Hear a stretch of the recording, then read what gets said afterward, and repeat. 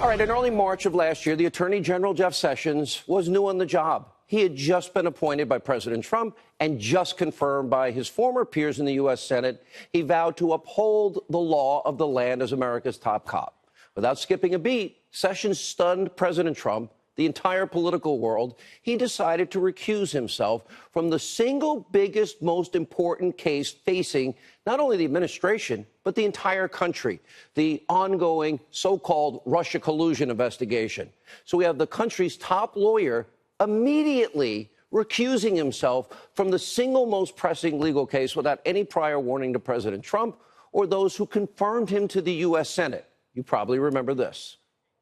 I asked for their candid and honest opinion about what I should do about investigations, certain investigations.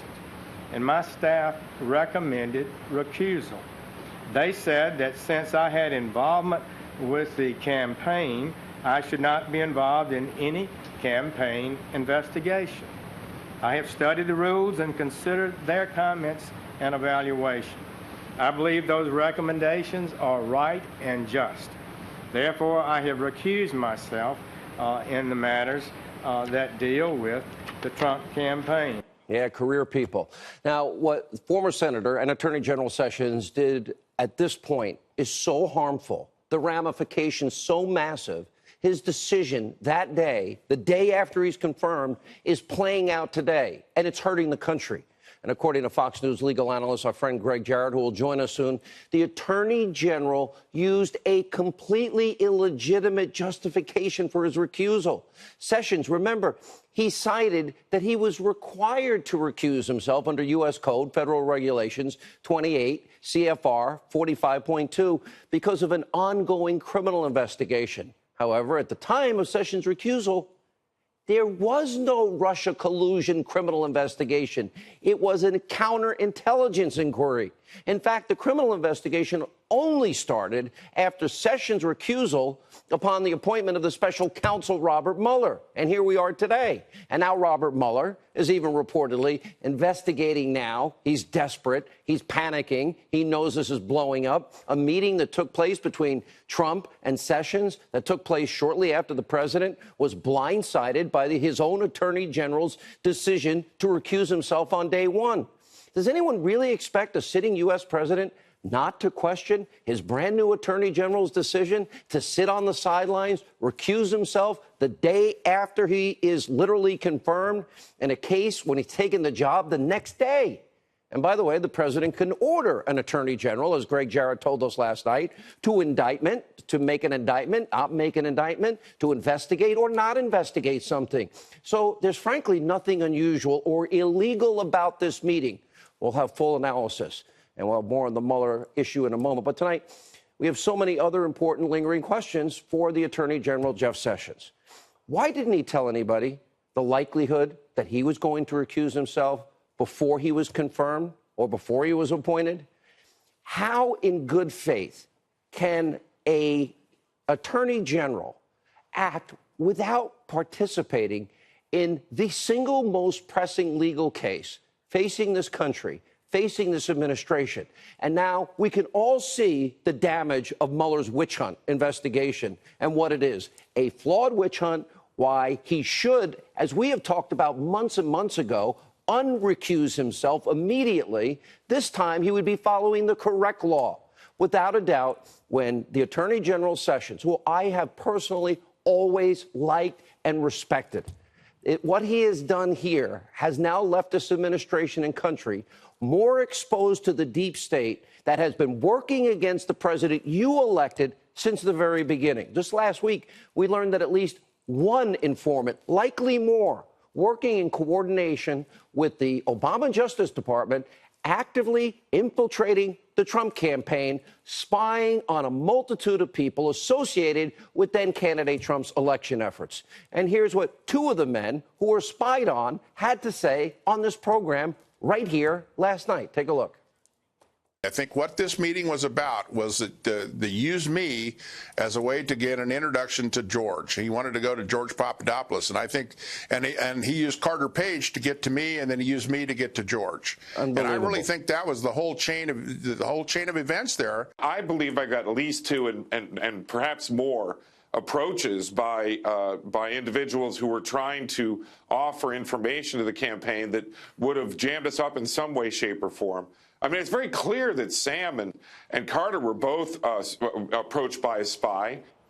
Lying to FISA judges repeatedly, not telling the FISA judges, not corroborating, not verifying, not telling FISA court judges, getting warrants, spying on Trump campaign associates. All of this happened. And you know something? Now we got spies that we're discovering that were in the Trump campaign. And as much as the media says, oh, it's not actually spying, it's an informant. You just heard for the three men that were approached by the so-called informant, who's really a spy, to tell them and seek out information because of this witch hunt that began, as we now know, in the spring of 2016. I listened to Chairman Gowdy today, who, frankly, I agree with on a lot of issues. He tried to play down what the president is rightly calling Spygate. Let's make this very simple. Here are the basic thesaurus definition of the term spy for all of you people in Congress, even those of you that claim to be lawyers. A secret or undercover agent. That's a spy. So make no mistake, the Trump campaign was spied on. A secret agent working with Obama's Justice Department, monitoring conversation and activities of many Trump campaign associates. You just heard directly from the individuals who were spied on and actively targeted by the spy. And Chairman Gowdy praising the FBI's overall handling of the Russian probe. No, Chairman Gowdy. Look at McCabe. Look at Comey. Look at Strzok. Look at Page. Look at Loretta Lynch. Look at all the others that abused their power. So we got to get this right. The FBI, literally under fired FBI director, which the president had every right to do, Rod Rosenstein himself recommended, James Comey's direction, used Hillary Clinton's bought and paid for dirty dossier full of Russian lies put together by a foreign agent and illegally convinced FISA judges, because they're supposed to verify and corroborate, to authorize a wiretap against the Trump campaign associate in the lead up to a campaign, all while the Obama administration is unmasking the names of American citizens caught up in other surveillance at what is a 350% increase from any prior year, and while the FBI was using spies to monitor at least 4 people associated with the Trump campaign. Chairman Gowdy, you keeping up? And let's not forget, after James Comey was fired for mishandling the Clinton investigation, Comey illegally leaked documents. He wanted to prompt the appointment of a special prosecutor because his BFF, Robert Mueller, who then appointed, let's see, the most corrupt, the most dishonest, merry band of anti-Trump Democratic donors, those people who are now doing everything in their power and have been to take this president down. How do you ever trust any special counsel that would hire Andrew, the pit bull, Weissman? How would you ever trust them? Let's see. He lost tens of thousands of Americans their job at Anderson Accounting, overturned Supreme Court 9-0, put 4 innocent Merrill executives in jail for a year, and that was overturned by the Fifth Circuit. You want him investigating you? Any congressman out there? Give me a call.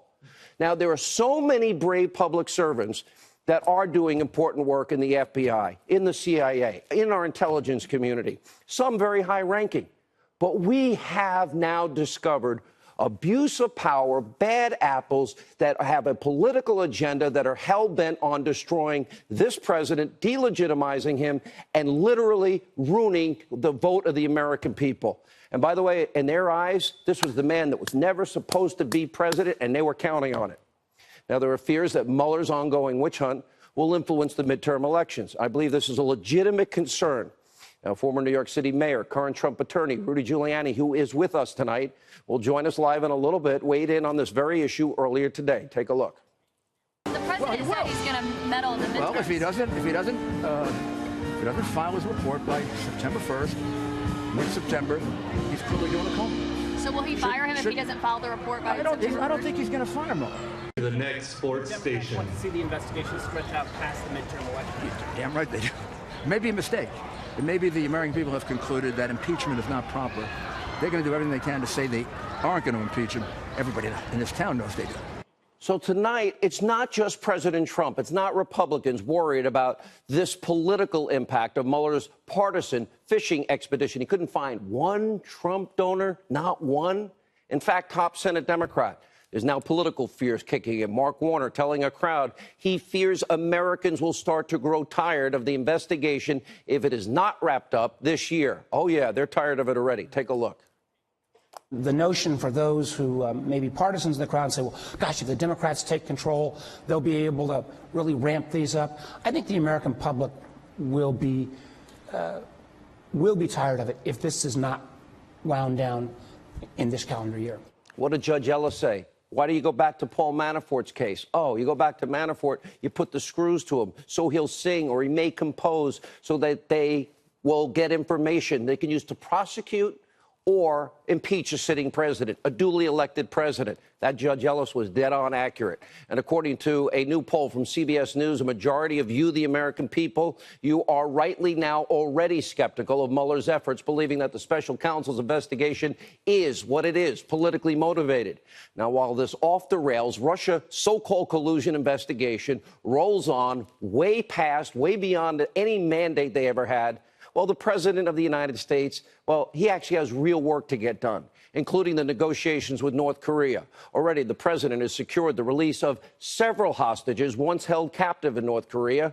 Kim Jong-un, who's no longer firing missiles over Japan and threatening Guam and the entire Korean peninsula or threatening the United States. The nuclear tests have halted. He crossed the DMZ, and hours ago, a top North Korean official landed right here in New York City for a meeting with Secretary of State Mike Pompeo. The two men just finished a working dinner, and according to Pompeo, the meeting went great. A historic meeting between Trump and Kim Jong-un is now still in the works. It may happen on time.